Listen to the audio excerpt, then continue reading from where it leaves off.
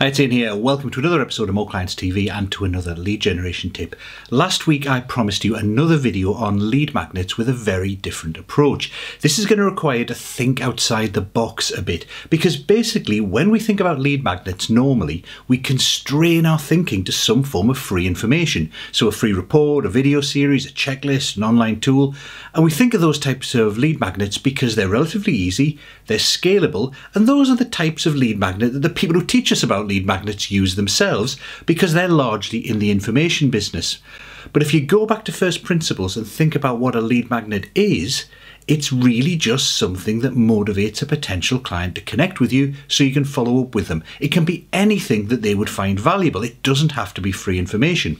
So a simple example of that would be to create an online community for your potential clients where they can exchange ideas and help each other out. If you can make that community really valuable for members, then it can be a lead magnet and you'll find the members themselves promote it for you.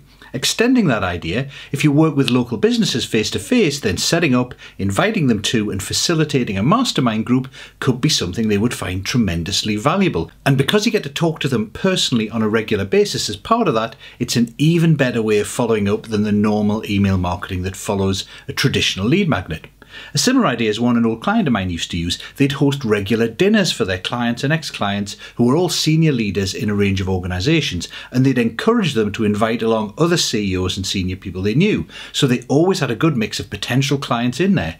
The networking was great for the attendees at those events and they always learned something. There was no overt selling, but it positioned the hosts as leaders in their field and gave them an opportunity to follow up after the event.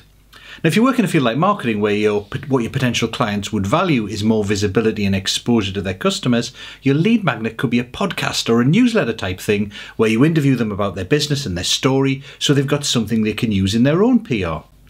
Now, there are two things going on with these types of non-traditional lead magnets. The first is that by thinking outside the box, you end up with a lead magnet that's completely different to what everyone else is doing. So it really stands out and gets you noticed. The second thing is that if you're targeting high value clients, you can afford to invest time and money into your lead magnet. You don't need it to be a zero marginal cost thing like a PDF or a video. You can afford to strategically invest some of your time to attract and nurture a high value client. You've got more flexibility, so use it. Now, of course, the particular examples I've used might well not work for your business. What's important is the principle.